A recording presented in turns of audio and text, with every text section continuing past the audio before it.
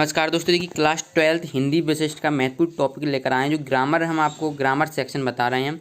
इससे पहले हमने और वीडियोज अपलोड कर दिए हैं। इसकी लिंक आपको डिस्क्रिप्शन बॉक्स में मिल जाएगी, आप प्लेलिस्ट में चेक कर लीजिएगा। ठीक है, प्लेलिस्ट में भी आपको मिल जाएगी, वहाँ से चेक कर लीजिएगा। पूरी हिंदी की ग्रामर और जितने इंपॉर्टेंट टॉपिक होंगे 2021 के लिए, क्या वर्ष 2021 के लिए, इससे संबंधित जितने भी इंपॉर्टेंट क्वेश्चन बनेंगे या इंपॉर्टेंट ग्रामर से जितने क्वेश्चन बनेंगे सारे के सारे आपको सॉल्व करवा के बताएंगे। इस साल काव्य गुण में से एक क्वेश्चन आने की बहुत ज़्यादा चांसेस हैं। पहले हम बात कर लेते हैं कि ये एक या तो 2 अंक का क्वेश्चन बनेगा या 3 अंक का। ठीक है, इन दोनों में से ही चांसेस रहते हैं। देखिए पिछले साल 2020 में क्या ओनली छंद पूछा गया था, वो भी 2 अंक के लिए आपको डेफिनेशन पूछी गई थी। इसी प्रकार ये भी पूछ सकता है, काव्य गुण की डेफिनेशन अकेला पूछेगा 2 अंक का बनेगा, अगर उनके उदाहरण शायद पूछेगा 3 अंक का बन जाएगा। ठीक है, अब बात कर लेते हैं काव्य गुण होते कितने प्रकार के हैं। तो ये गुण जो काव्य गुण होते हैं वो टोटली 3 प्रकार के होते हैं। ठीक है, पहला क्या, माधुर्य गुण, ओज गुण और प्रसाद गुण। ये बहुत ही सिंपल हैं और इस साल आने के बहुत ज़्यादा चांसेस हैं, तो इनको अच्छी तरीके से कर लेना। मैं आपको इनके एग्जाम्पल से बताऊँगा। ठीक है, एग्जाम्पल से बताऊँगा प्लस अच्छी तरीके से बिल्कुल सिंपल भाषा में बताऊँगा। ठीक है, चलिए देख लेते हैं।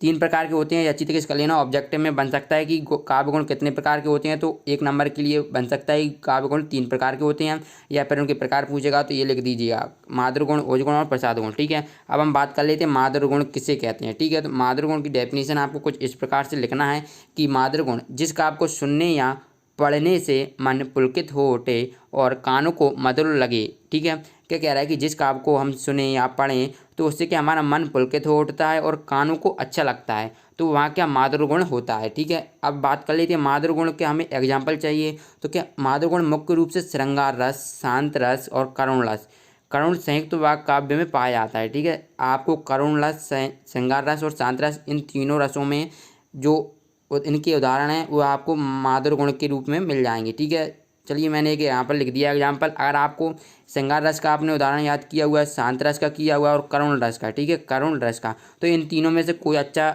आपको याद आ रहा हो तो आप माधुर्य गुण में लिख सकते हैं। अन्यथा आप ये लिख दीजिए जो मैंने लिख दिया है कि चलती चाकी देख कर दिया कबीरा रोए, दुई पाटन के बीच में साबुत बचाना को। ठीक है, ये अच्छी तरीके से कर लीजिएगा याद। अगर आपको नहीं है तो ये कर लीजिए, ये वाला एग्जाम्पल। ठीक है, दूसरा है ओज गुण। हम ओज गुण पर बात कर लेते हैं। देखिए ओज गुण क्या, जिस काव्य को सुनने या पढ़ने से चित्त उत्तेजित हो उठे। ठीक है, सीधी सीधी बोल रहा है कि आप जिस काव्य को पढ़ते हैं सुनते हैं उससे हमारा का चित्त उत्तेजित होता है, और तो हम उससे क्या कहते हैं, ओज गुण कहते हैं। तो वहाँ ओज गुण होता है।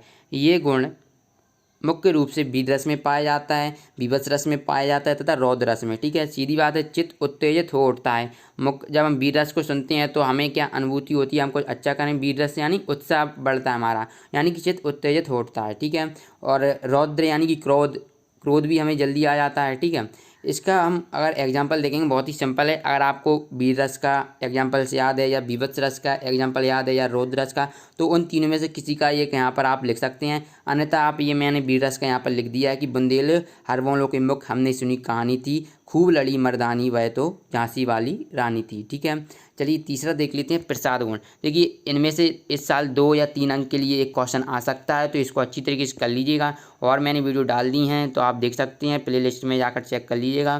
क्या है नेक्स्ट, प्रसाद गुण, तो जिस काव्य को सुनने या पढ़ने से हृदय प्रभावित हो और क्या चित्त खिल उठे। ठीक है, हम जिस भी काव्य को पढ़ते हैं सुनते हैं उससे हमारा हृदय प्रभावित हो जाता है और चित्त खिल उठते हैं, और बुद्धि क्या निर्मल बनती है, बुद्धि निर्मल बने, वहाँ क्या प्रसाद गुण पाया जाता है।